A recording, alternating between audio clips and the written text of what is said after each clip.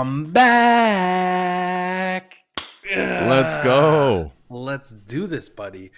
Man, I missed it. I missed it so much. You and Scott did incredible on the shit show this morning. The South Harmon Institute of Technology, for those of you who aren't aware. Speaking of Man, which, it was so cool. We got to do it. We got to do it.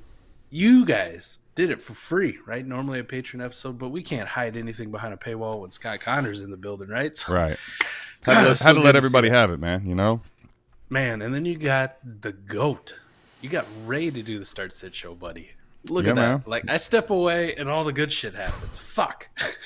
Fuck. But, is it me? But you know what? Well, it's not you, buddy. But you know what did happen today? There were some good things on the football field for the old South Harmon Institute of Technology. Oh, my God. There's some running backs doing some things. You got the Saquon jersey on. Already, yeah, man. He feel like he played like 2 days ago, doesn't it?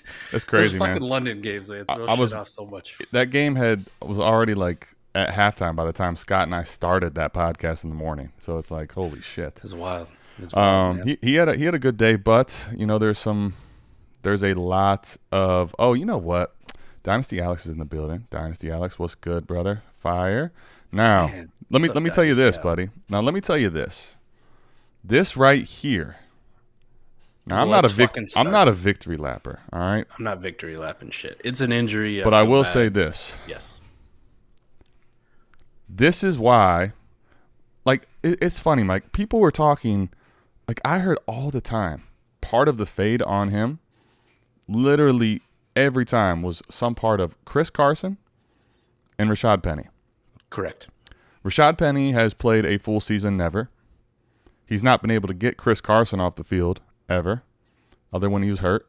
And Chris Carson, I mean, Pete Carroll lied to you, tell you we're expecting him back, we're excited. The dude had to retire. So now what do we look like? And the best part, Mike, you know what's crazy? I said this in Heisman.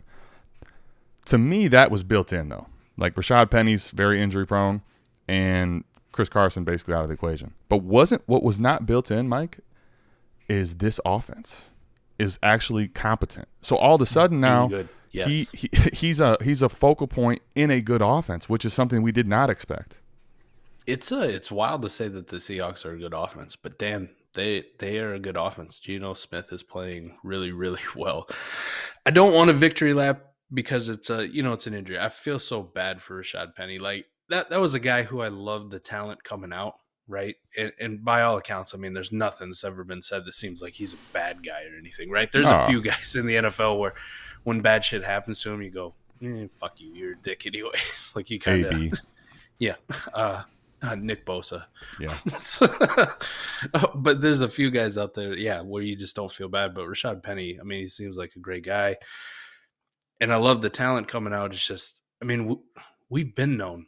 Right. Like there's a fucking reason we said it all along with regards to Kenneth Walker, why you go out, you spend a second-round pick on a running back, even though Rashad Penny just came off a phenomenal 5-game stretch, right? The Seahawks knew that sometimes, man, this guy just can't stay healthy. Like he might be one of the most unlucky running backs in the history of the NFL. It was kind of built in. So right, they didn't pick up his 5th-year option. They used a first-round pick on Rashad Penny. Yeah, fucking Mr. P said it. When he plays halfback instead of fullback, he's pretty good. Yep. I love that. But holy shit, man, that long touchdown. I mean, that's the shit we saw at Michigan State, right? Yeah. That one cut and then peace. Like, gone. Dude, and he was, you know, I watched that live time, and he was like gone. Like he was literally there was a point from the broadcast view, you saw nobody else. Yep. All right, so quickly, I mean, we already got questions in our Discord about it, about Kenneth Walker, right? People trying to trade for him. Mm-hmm. My quick advice and quick takeaway is this is what you were waiting for, right? Something to go down in Kenneth Walker to get the majority of the touches, whether it be Rashad Penny's health or whatnot.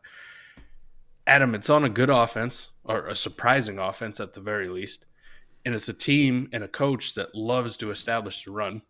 Yep. And Kenneth Walker is going to be the workhorse. Now, you and Scott did the podcast on the running backs, right, this morning, and we've had much discussion about it. But one of the things is there's just not a lot of young options in the dynasty space that we're excited about. Right. Here is one that you can get behind, Adam, I saw the question. I mean, it was from our guy at Castle Black, but somebody already offered him Michael Pittman straight up. And to me, I'm not fucking doing that, right? Even on a rebuilder, I feel like I could get more. Like, that's not a one for one I want to do, right? I would say this on a rebuilder, Adam, I'd be more inclined to go after some depressed wide receiver talent that I like that's still young, DJ Moore, and get another piece, right? Yeah. And do the asset multiplication, maybe another running back, maybe another wide receiver, a tight end, whatever the fuck it may be, and play that out. But like right now, I'm not going to move Kenneth Walker straight up one for one for a Michael Pittman type. Like I'm good. And especially on like a contender, man, we're so fucking starved for running backs. I'm holding this. I'm diamond handing this motherfucker. Like this is the diet version of Breece Hall right now. And we saw Breece Hall finally emerge, and kick the fucking door in. So Yeah. Kenneth Walker, diet version, diamond hands, baby. Yeah. Dynasty Barry, what's up, my guy? Yeah, man. I think you're right. I think with Kenneth Walker, though, like, I just wouldn't move for Pittman just because Pittman's already an asset that is highly valued and people want on contenders. So Yeah. I would shoot for a lower receiver, like you mentioned, a DJ Moore or someone even more youthful in a plus. Like, I'd rather try to multiply than do that. Real quick, man, where you at right here? Like, is this Jesus Christ, man. real? Like, what is going on, bro? Like, honestly, I'm confused. You know how when I traded in the trade show that we just posted on Saturday, right? Talking about that Javonte Williams for Cam Akers and some pieces. One of the pieces I got back was Geno Smith. So I hated that fucking trade right up until about today. And seeing Geno play the way he has and continue, like everybody's going to turn back into a pumpkin at some point, right? And I think it's probably coming at some point for Geno, but right now I'm just going to fucking appreciate it, right? We saw Jared Goff turn back into a pumpkin today. Right, Jared Goff went back to Bill Belichick owning him. Geno, though, man, fuck, man, this is like West Virginia Geno. We never saw this in the NFL. Apparently, this is what ninth year breakout. Is there is that a thing? Honestly, like for me, trying to wrap my head around it, is there a point now where Geno was so dismissed? Like there's not, the expectations aren't really sky high, right? Like there's not this crazy expectation for a young quarterback that's got, now it's like, I don't have anyone in my rearview mirror. Like obviously Drew Lock is not a worry, and you don't have anything to lose. And it looks like he's playing free. Like, I don't know, man. It just seems like some of that must have something to do with it because he's not even really making mistakes either. Like it looks so poised. It's honestly baffling to watch every week. So I'm thinking, all right, week one, like he did okay, and then he started continuing to do well. And you're like, all right, we're gonna wait for this Jared Goff type thing of today, right? Yeah. Is it gonna happen? Honestly, I don't know. Like he's probably the hardest and weirdest value right now in Dynasty because it's so improbable for someone this long in the NFL to start producing like this, and nobody's going to want him on a rebuilder. So it's the weirdest conundrum. I fucking love it too because that defense is so god awful that he is just in the best game scripts right out the fucking gate, right?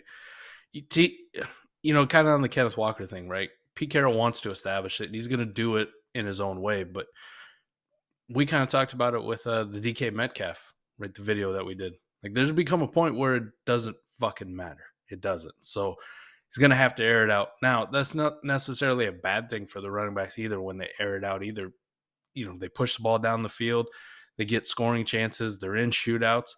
There's a lot of opportunity for, like, just quick punch-in touchdowns, short yardage ones, right? And we'll get to see some Kenneth Walker in the receiving game, but anybody who told you that they envisioned this from Geno Smith must have been related to Geno Smith. That's pretty much it, man. T-Rock coming in doing T-Rock things because one, he's of course talking about Penny, and then he's also saying now Kenneth Walker over Breece can now come to fruition. Good Lord. Loving Kenneth Walker's opportunity and what I saw today, but if you didn't see Breece Hall go bananas and take over the workload. Yeah, let's talk about him. Yeah, let's do it, man. I mean, Breece Hall. So, Mike, where are you at? Is he RB1 right now for you? Like, honestly, where are you at with Breece Hall? Ooh, RB1 in Dynasty? No. Okay. No. Okay. JT still? JT still. Man, it's weird to say, but I'm going to put him at 3. I'm still going to put Swift up there. I don't want to, but I love DeAndre Swift so much. And we've seen him do it multiple times. It's just an injury question with him. But, geez, man. Yeah, I'm not bumping JT out already. No, but, man, it's crazy that we're having this conversation already, right? Isn't it? Yeah, He surpassed Najee for sure. There's no fucking question in that. I mean, Mike, so gone. I honestly think I'll just say this. I can understand if you don't want to do it, and I'm not saying I'm for sure going to do it, but if the guy's going to take this much workload and he's still showing that the receiving chops that he has, and he's this young, like it has to be at absolute minimum, a conversation. I mean, 20 fucking touches. Right. Right? 20 touches, damn near 200 total yards. Dude, and the thing is, in game 5. We knew he was explosive, right? We knew he had the receiving chops. We knew he had the 3-down skill set and all that.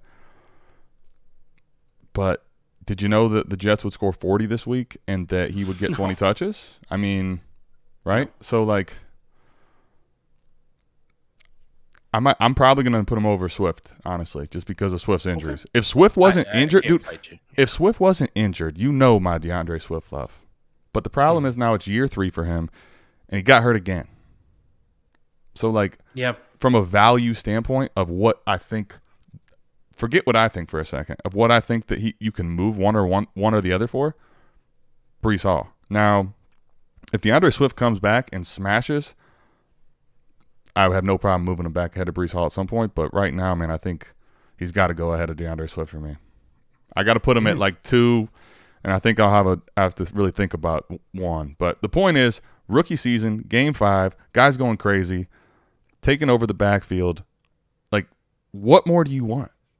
I will say this. As far as trade value goes, Adam, I think Breece is going to be over Swift. Correct. For most people. Man, shit. I still want to go by my rankings and say, RB2 for Swift. But I guarantee you, man, on a lot of teams, if somebody sends me Breece Hall straight up for my DeAndre Swift, I'm going to look at it and go, I'm going to get 2 years on DeAndre Swift. You know what I mean? That's the point. I reset the clock. I'm with you. I'm with you. You talked me into it. And I think, honestly, for most people, I got to think about the same conversation, Mike, is actually – now, I'm not saying that Swift and JT are equal, but the same age conversation is the same thing with Breece Hall and Jonathan Taylor. Now, Jonathan Taylor has shown for 2 years and huge play upside, and he stayed healthy until this ankle injury. But the amount of time, like, it's something that matters in Dynasty. So that is the one thing Breece has. Does that put a nail in the coffin of the people who say that Bijan Robinson is the Dynasty RB2 now? Like, Did Breece kill that notion today? You know what? I think here's why I would say yes, because we've seen it now. He's got the backfield. I think Bijan's still going to come in and be crazy valued, but yes. I'll tell you what this does, though. Today, you know what today really does, in my opinion, is the 23 uncertainty and stuff. Like, as long as Kenneth Walker continues to play and stay healthy in this offense and Breece Hall's doing what he's doing, people are going to be very excited about young running backs next year.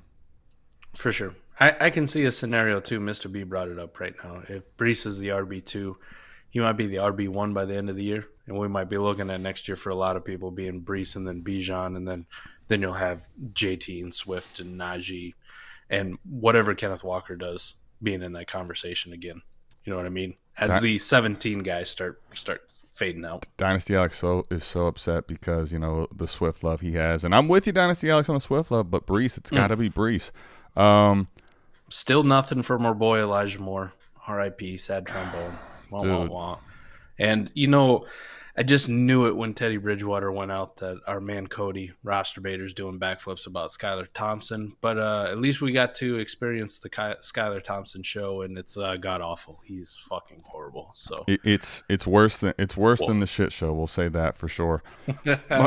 Mike, I think we got some other pretty noteworthy discussions that I wasn't really excited about, and we've been fading a guy, but we got to give the kid some props today, man. Gabe Davis went off, dude. Where Yeah, he did. Not saying this game should. I'm just asking the question, like, does anything change for Gabe Davis, for dynasty owners, for shitheads, for us? Gabe Davis had this weird thing where he got overvalued, and then it kind of seemed like people came back to earth within the last couple of weeks on Gabe Davis, right? We had these conversations: is he even a top 24 wide receiver? Is he a top 36 wide receiver? I think he's valued appropriately because he's so boom and bust, right? It's Stephon Diggs' fucking offense from the receiving aspect. It always will be until he retires or gets hurt. Gabe Davis is nice, but he's this boom or bust option. Like, he's not consistent, and you can see these massive boom weeks. And for you and I, owning him in best ball is a dream. We don't give a shit. Owning him in lineup has to be frustrating as fuck. Like, he was one of, I don't know if you tapped in. He was one of the most asked players today on the start sit. Yes. I mean, and Mike, honestly, he may have been the singular most, and that's including guys that like are fringe rostering people. Josh Reynolds and shit. You know what it reminds me of? What's that? Not modern day, but if you think back to past years, a lot of Tyler Lockett. Where it's a guy that I would love if he's my wide receiver 3. I do not want him as my wide receiver 2. Yeah, right? I'm with you. In lineup leagues. In best ball, it doesn't fucking matter. But in lineup leagues, yes, for sure. Like, I don't want to start him with conviction as like, oh, this is my wide receiver 2. If he's my wide receiver 2, I'm petrified because he's going to give you those 1 point, those 2 point, those 3 point weeks and do fucking nothing for you.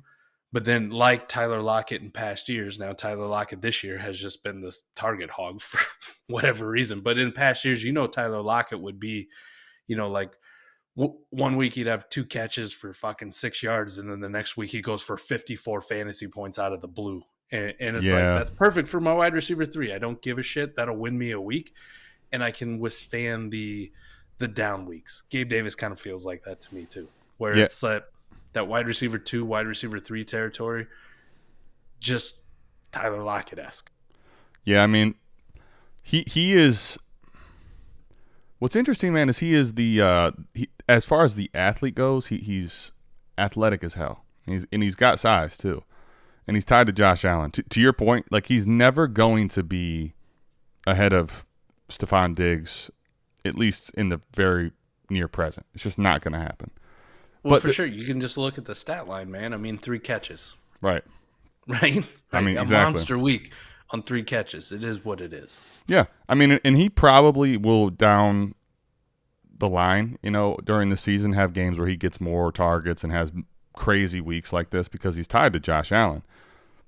There's probably still going to be games which are very meh coming out of him. So I think he's going to be, honestly, because he's in this offense, he may be one of the bigger boom-bust players, period, this year.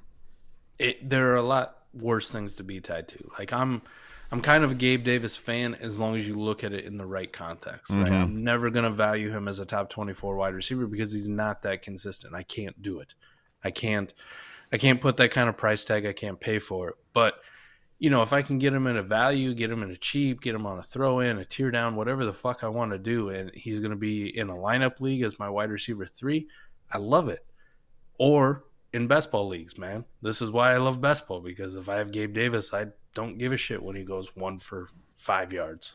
Yeah. I'm waiting for the 3 for 172 and 2 touchdowns. Exactly. That's the week I'm waiting for. Mr. B, nice squad having Evans, Metcalf, Higgins too, so he's wide. See, perfect. Honestly, if you just had 2 of those guys, like, I think it's reasonable. But I'm with you in lineup, man. Like, I actually have one of my teams that's was supposed to be a contender that's not all that great. I think I'm going to be 2-3 after this week. He is a wide receiver 3 for me there, and I don't mind pressing the button on him at wide receiver 3.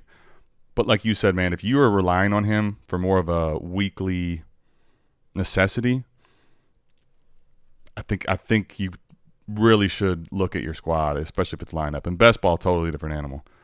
Steelers quick. I was just gonna get to who I got next, man. Let's talk about Pickens because, Mike, this guy. I'm not saying Deontay's going away, but man, this guy is good. You can't say Deontay's going away when he gets 13 fucking targets, man. No. I'm not. I'm just saying this guy looks like the next big thing out of Pittsburgh. He really does. He does. He does look like the next big thing. I love watching. You and I are both big GP fans.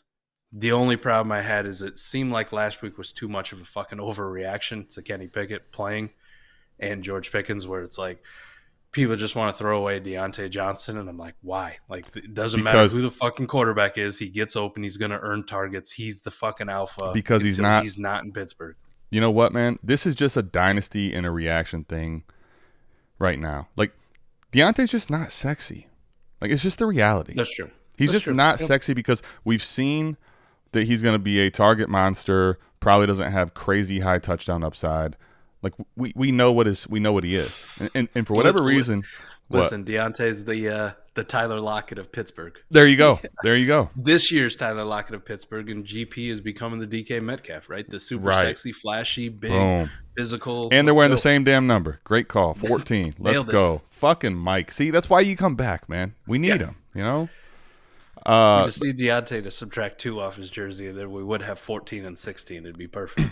Mike, it's funny. I wanted to talk about this with Scott at more length, but just me and him, and I'm sure when we all three do something, like, we could talk about Dynasty and so many different things. It's impossible to keep something going into a place you're trying to go. There's just so many ways to go about it. But I was kind of talking a little bit about how the 22 class was supposedly dog shit. We pushed back on it primarily because of the quarterbacks, and we thought they're just going to get drafted. Too many needy teams. Yep. And like I said, like I said with Scott, we were dead fucking wrong.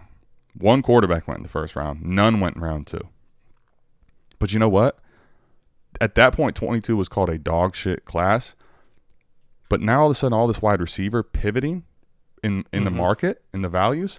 Mike, think about late 22s that people were like, trade for any 23. Just do it, right? Yeah. Mike, guess what I got in basically a ton, almost all of my drafts. 8 shares. All the George Pickens. 8 shares of yes. 8 shares of George Pickens, 9 shares of Jahan Dotson, and I traded 1 away. I now have 8 of each, right? And it's like, dude, see, this is why there's a lot of truth to, the running backs not producing and how volatile they are and all that. But like in rookie drafts too, like if you just keep pressing the button on athletes that have high ceilings like George Pickens and good profiles that had injury issues and off the field concerns and all this shit. Oh, now there's too many mouths to feed in this offense. You gobble those up, man. You gobble guys like that the fuck up. One of our good friends, right? We talked to him in Heisman. He just started a podcast not too long ago with Trophy Chase, Cody Smith in Heisman, right? I remember one of the first things is on a Ray Q&A talking about, well, Pittsburgh ain't that great at drafting wide receivers, and he gave the history, and I remember just pushing back on him like, nah, actually the record's pretty decent. Like, I don't care how many duds you got in there. If Pittsburgh drafts a wide receiver, I am going to fucking pay attention, and this is why. Like, I like GP before, and you just kind of like him even more when Pittsburgh says, yeah, we like you too. Let's go ahead. Well, what's How also about the Bears passing on this motherfucker twice? What's crazy too, Mike? Adam. What's crazy too is, before the injury, like he was being talked about because the 22 class was supposedly didn't have the greatest running backs and the quarterbacks, right? That narrative was out there way before the draft came around. He was being discussed as the Ohio State, right? He was the number 1 guy in the whole class at points. For sure. Yes. And he came back, like there wasn't supposedly concern with the knee. I mean, there was a lot of shit about him that just didn't make sense to me. So I missed on plenty of shit. I'm not trying to victory lap. I'm just saying this was one that I could not press the button on enough. let's not do it again next year. Like Keyshawn Boutte is a guy that has fallen. Okay. If he gets second round draft capital next year, and right, people are dunking on him and, just kind of the forgotten man. Let's not forget at one point he Good call. was the head and shoulder wide receiver one, right? So this is the lesson you take from George Pickens and you go, all right, if this happens to Keyshawn Boutte next year, I'm not going to fucking be the one who's like, oh, he's in a bad situation or whatever. Right.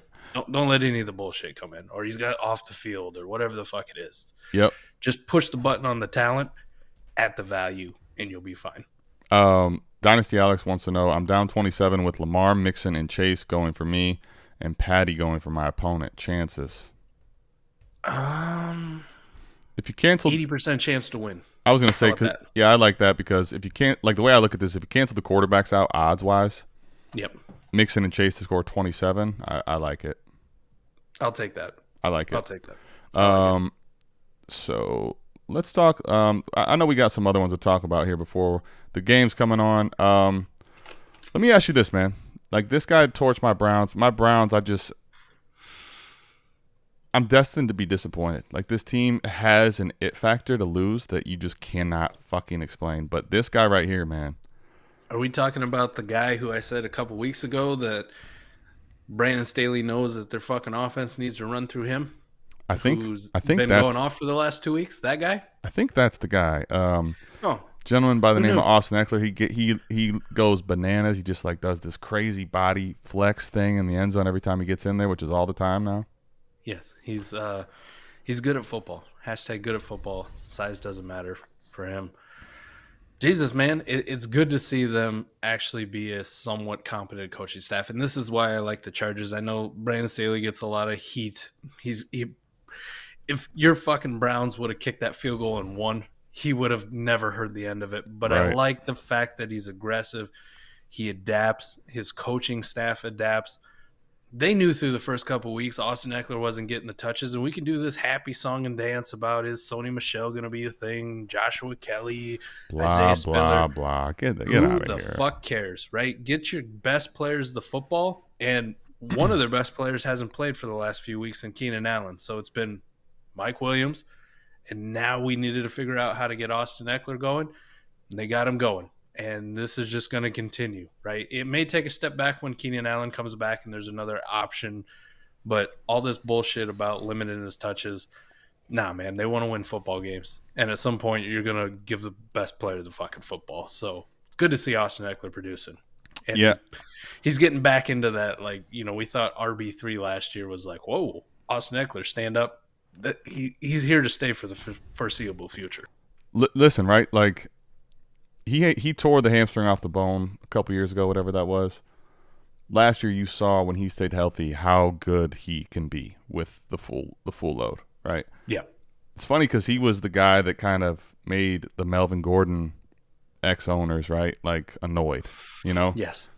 Well, he's gone from thorn in your side to featured. Yeah, he's no longer a nuisance. He's the real fucking deal. So, man, you know what? Like, on a contender, see, there are certain people in Dynasty too, Mike. Like, on a contender, there's basically no way you get me to move Austin Eckler. Like, you'd have to do something so obscene, right? Like, you're never going to get the value for him, right? Because of all the shit that pretty much doesn't even matter anymore, right? The undrafted stuff, him being small, that stuff doesn't matter. He's proven. But all of that tied into his age, the dynasty value is just capped. So you're not going to get back what you're supposed to. Four guys like that right now. Saquon, Eckler, Chubb, Derrick Henry. Like these kind of guys are integral parts of contending teams. Yes. And we have such a running back problem that nobody's going to pay you for them. No. What you actually, what they're worth to your team. So they're almost unmovable. But I'm completely fine. Like, I love having some players that are unmovable in a good way. Right? It's much better than all the unmovable players we have in a bad way. Dude, so true. And I guess, I don't know, man. Like with him, I think you ride him out. And if you're on a rebuilder and you, for whatever reason, had him and weren't able to move him and, Market got suppressed for the first few weeks. What do you need back? Man, 2 first, at least. I think he's one of the guys that you could try to get that from.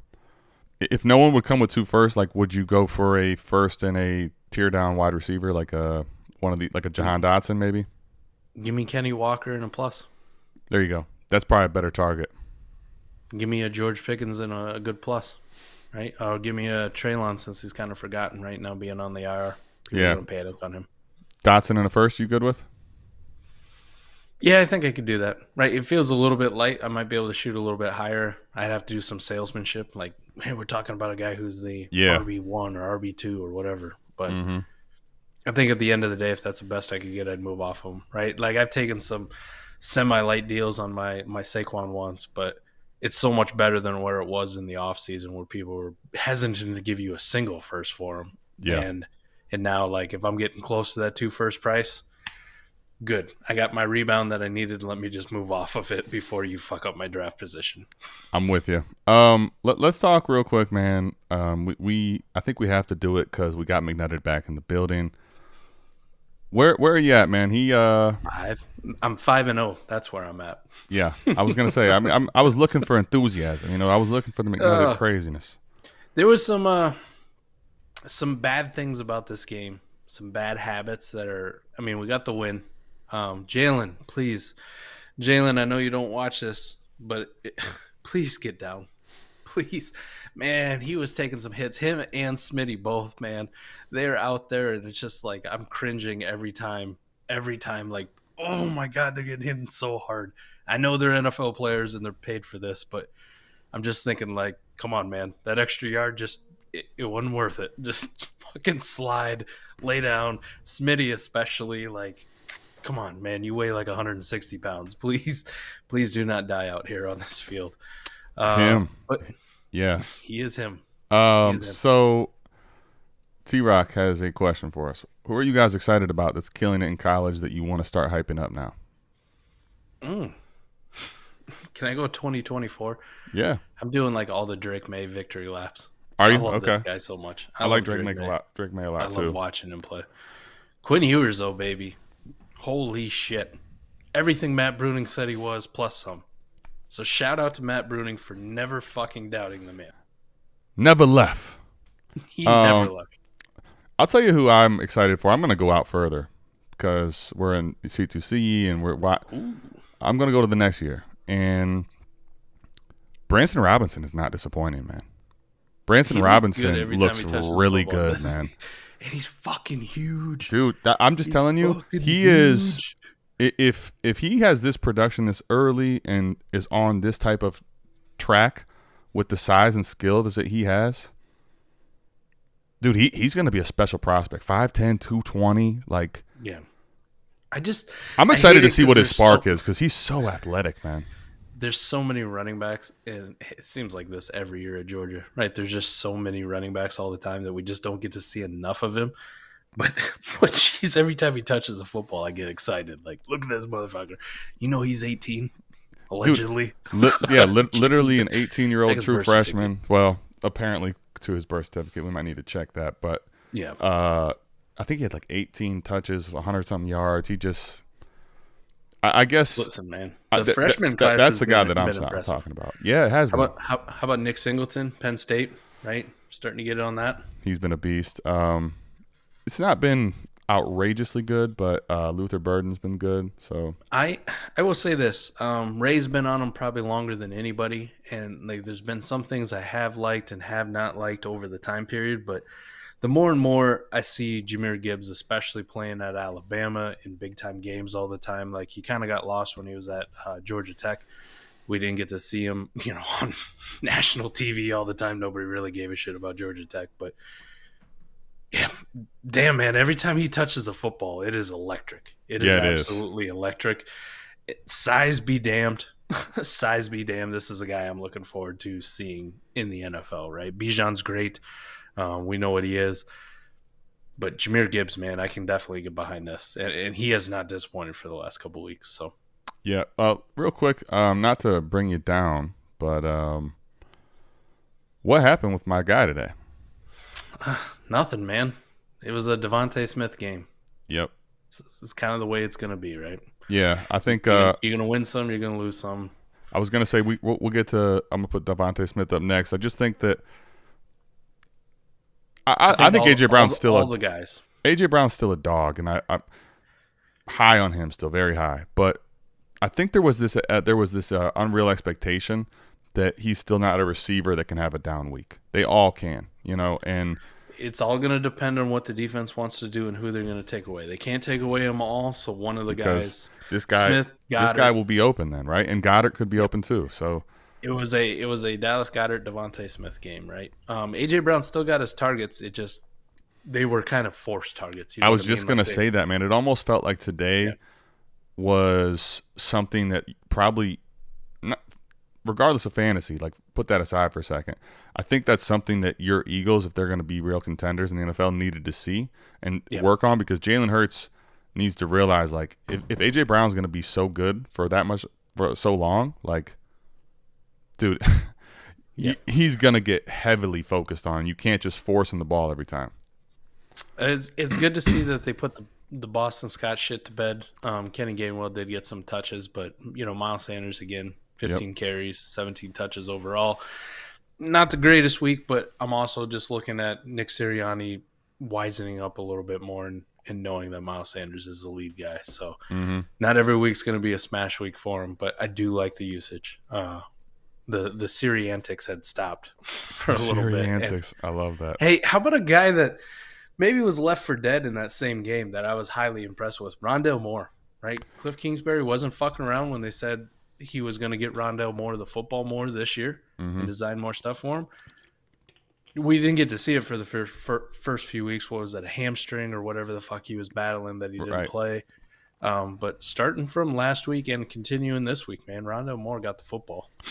I think he looks good when he gets the football. Listen, I think because of the face planneritis, whatever you want to call it, right? Like, it makes sense to just kind of start writing him off. But I think one thing that I didn't think about that makes a lot of sense now is, like, remember how bad that offense was for weeks? Like, they needed, and I'm not saying like offenses are dependent on Rondo Moore to be good, but if you're as bad as they looked early, Greg Dortch and all that, like, you need playmakers that can just help alleviate Kyler Murray getting his fucking face crushed, because he was obviously really, really getting pressured. So it makes sense, man, for Rondo Moore. De'Ami Brown caught a long touchdown. Listen, this was so fucking, because I'm kind of glad that I did work a little bit, because I just pulled up my phone at one point just to check, and I'm like, holy shit, De'Ami Brown's still a thing. And the only reason I did that is because I think I might have him in like one or two best balls, and like this week I hovered over the button to just drop him and get it fucking over with. Oh, like so it's done. You at least got the week. I think I saw like 4 targets or something that he got last week. Well, when Dotson went out, and I'm going, yeah, maybe I'll give it one more week. And hey, I'm glad I didn't cut his ass. He just made a few lineups. Dude, I mean, it's crazy because I'll tell you, all that really does for me, Mike, is just make me still very excited for Jahan Dotson, because when he's back, this guy goes to the bench again and isn't worth anything. But, they still have Terry, Samuel when healthy, and Dotson, and you can't cover everybody. Corey Schumer says, obviously you don't want to give away matchups, but as bye weeks start coming in, if y'all have a team that's hammered by bye weeks, are you trying to make trades, go overboard on waivers to try, here's a multiple-part question, to try and scrape a win, or do you just set a starting roster and accept your fate? I just set a starting roster, and I'll just eat the bye week. You know what I mean? Like, if I know it's bad. But I will say this, with the way injuries have been and the way underperformances and overperformances have gone, it does give you a good time to take a hard look at some of the players at the bottom of your bench and be like, why the fuck am I rostering this guy? Like, he has done nothing for me. And if that's the case, if I do have enough, man, I will hammer the piss out of waivers. Like, let me just throw a dart at this dude. And, I kind of like his usage or whatever the fuck I can wrap myself around. Right. and I'll pick that guy up off on waivers. But if my roster construction is up to snuff and I've been doing my fucking job, if I got to eat it, I'll just eat it. I'll try to set the best one is. And fantasy is a weird fucking thing, man.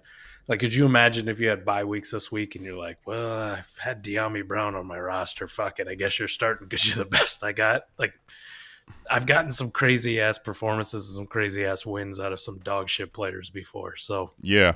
I mean, I think too, I would say this.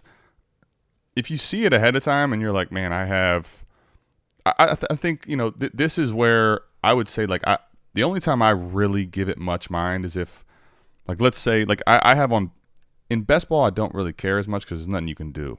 But even in lineup, I have some too where I have a heavy stack, right? So if I have a triple stack, like I have Bateman, Andrews, and Lamar, right? And if I know that week's coming, like, there's not much you can do, but like I might make a trade or waiver claim or try to do something to just see if I can kind of shore that up. Because the other thing too is, Mike, like, it's crazy. Like, you don't draft for bye weeks, like he said here, in Dynasty especially, because it changes year to year. I mean, how the fuck are you gonna know about 2 years out for bye weeks? Like, I have a lineup contender that has that triple stack, and then I also have 2 other guys that are like solid that happen to have buys the same week.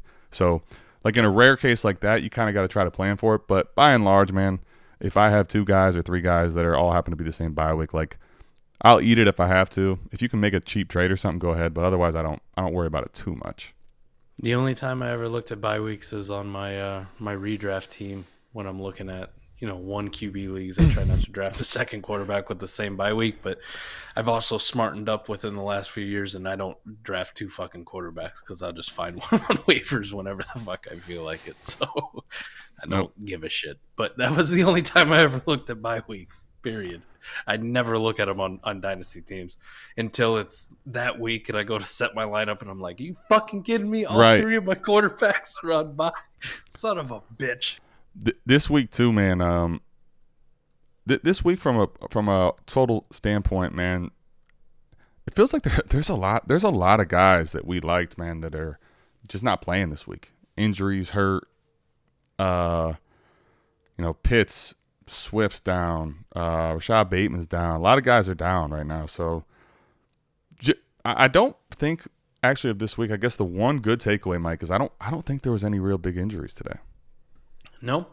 The other one I had is there was a fuck ton of running backs that seemed to produce. I was just going to say it was huge, man. So, like, I'm looking at this is like half PPR I got up here on the sleeper app. So Eckler this is just half PPR, no bonuses. 33.9. Fournette, 30.9. Breece Hall, 26.7. Derrick Henry, 26.2. Nick Chubb, 25.4. Dalvin Cook, 25. Alvin Kamara, 20.4. And fucking Tevin Coleman, 20.2. I will say this, to me, just off the top of my head, felt like there was far more in full PPR running backs that went over 20 points than wide receivers this week. One of the rare ones this year, but it was kind of good to see that resurgence, right? Alvin Kamara, hey, welcome back. Christian McCaffrey, welcome back. Nick Chubb, Dalvin Cook, Derrick Henry, Eckler, Fournette, Breece Hall, like these guys that we thought, Saquon Barkley for sure. And then you had the ones in there like the Ramondre, the Jeff Wilson, Damian Pierce, Damian Pierce, CMC was over 100. Yep. Tevin Coleman, Raheem Mostert over 18 points. Like, okay. But it was interesting to see, right? It just felt like it's been such a wide receiver year.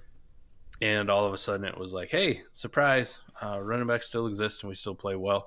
And when you look at the wide receivers, right, we had a bunch of like, didn't see that one coming of guys who went over 20 points in PPR, right? Like Jacoby Myers, Diami Brown, Tyler Lockett. Davis, and Tyler Lockett, right? Not your mainstays. Even Amari Cooper, Devontae Smith, Mike Williams. Points. Yep.